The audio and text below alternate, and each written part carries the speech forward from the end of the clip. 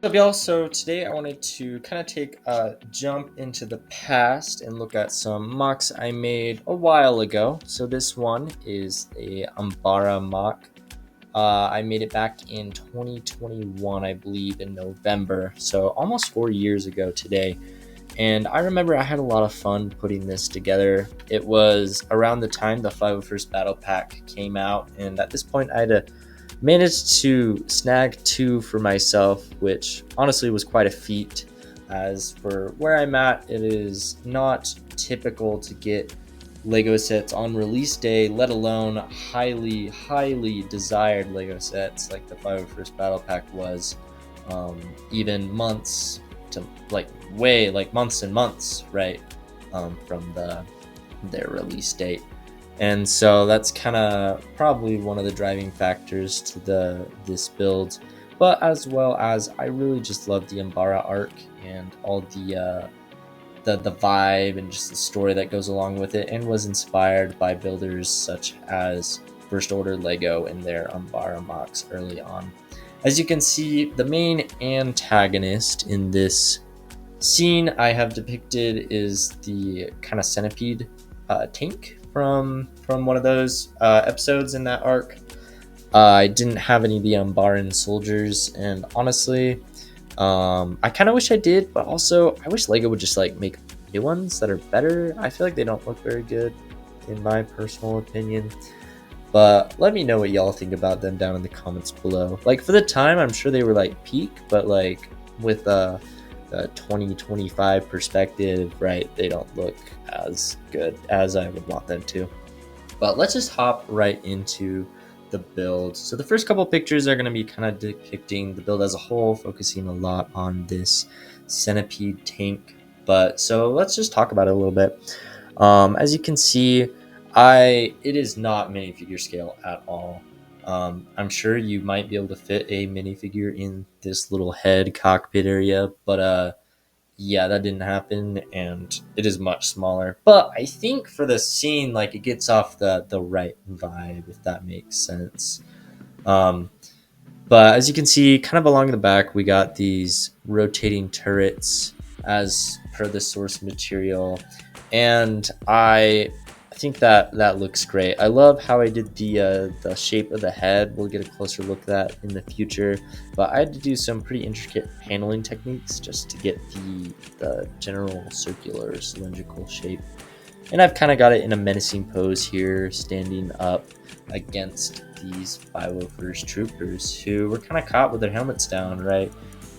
They weren't ready for this guy's attack. So moving on to the next picture, we got a better side profile. You can see the legs I made using a combination of ball joints as well as these Technic joints um, to give it some both stability and flexibility at the same time. It's got some pinchers of some sort, right? To represent like the guns and stuff on the front. And I can just hear like it squeal, right? From the show in my head as I'm looking at these pictures. These are such peak arc and episodes in the Clone Wars. But moving on a little bit, you get more of that menacing look. I tried to pose the legs more poking out, but I believe with gravity and the connections, they tended to droop down, and so you kind of get that roaring kind of arched back look that the centipede tank kind of has throughout the episode.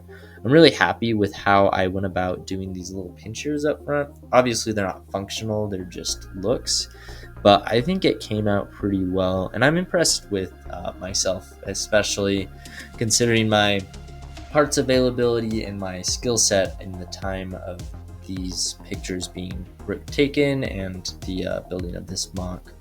Over here you can see the clone troopers kind of built up their little defense, taking a little bit of a last stand in a desperate attempt to take this guy down. They were pretty formidable, and they ended up using rocket launchers to take him down after many casualties and much struggle. Moving on, you kind of get more of a cinematic wallpaper-esque shot from the clones' perspective. You see the backs of their heads as they're taking on this menace of a droid, not droid, but tank, this machine. Um, Another closer up look. We'll skip that one. Here's a top-down view of the MOC. You kind of get this little ditch right here, some elevation right here, and then the rest of the MOC is a little bit of free-form building. I've got the main kind of focal point being this tank, centipede tank, and I think he looks pretty good right there. You can like tell what's going on based on the setup, and I think that's one thing that really sticks out to me in a lot of good MOCs is the figure placement and the setup, where it kind of draws your eye into the event. You can kind of figure out what's going on, even if you don't know the source material. We've also got a poor little clone right here who's getting stepped on. Right here you get a closer shot of the man with the rocket launcher. There's a couple other shots. There's one of the guy getting squished. These two off on the side making their stand. And here's a shot of all of the figures and the scenery without the centipede tank. And honestly, I think it looks so good. I really had a lot of fun building these tentacle like plant things that glow. I think the colors look good, and then the general shape. I remember seeing like builders like First Order Lego, they use like tire techniques, which I had the tires, right? But it just wasn't aesthetic enough for me, and like I also didn't have the pieces of the skill set to make it look good enough, right? And so I went about more of a plate and clip method of building it, and I think it came out really well. It really highlights the glowing segments here and can give it more of an organic shape. While it's not as peak as the tires can be, I think this suits it very well. I also love the usage of these spring-loaded shooter bolts as some plants. And we'll move on a little bit more. Again, here's a top-down view. You see that little bit of a trench, a little bit of build-up right there. Again, another shot, couple shots of this rocket launcher. That is important because that's how they end up defeating the tank. I think this photo is kind of funny because you think I would notice this when I took it, that the joint and the body, there's a gap. Like I could have pressed those together for sure, right? But no, I just moved on. But I think it looks pretty good from the front view anyway. Taking a closer look at the landscape, one technique I really enjoyed was right here. It's a little, not the greatest picture, but we'll look at this one. What I did was I made gaps and then I filled them with Technic pins, just the black little pins. And I did that because, one, I didn't have like a little shrubbery, I didn't have black foliage, didn't have a ton of any foliage at that point, I believe. And I think it looked pretty dang good just sticking those in there, maybe stacking them up like I did right here, and it gets that short, stubby feel of the foliage that you see around Umbara, and I think it came out really good. If we look up here, you can also see another technique I use, some snot, and while it's not the most rounded off, I kind of like the aesthetic. I don't know if this is canonically accurate for Umbara, but it gives me more of a lava flow and like a sharp rocky flow, which is kind of the aesthetic that black ground and materials kind of give you in a more geological way. And so I think it looks pretty dang good, especially for the time period, right? Obviously it's freeform and it's not the best or cleanest looking freeform out there, but for my skill set and for the pieces I had at the time 4 years ago today, I think it looks pretty dang good. Here's another side view. Again, get to appreciate the foliage. A couple other shots. And then lastly, here is that centipede tank again. Nice front view. Got the pincher guns. Got the menacing little mask. Got the curves. I'm pretty dang happy with how the top curved out.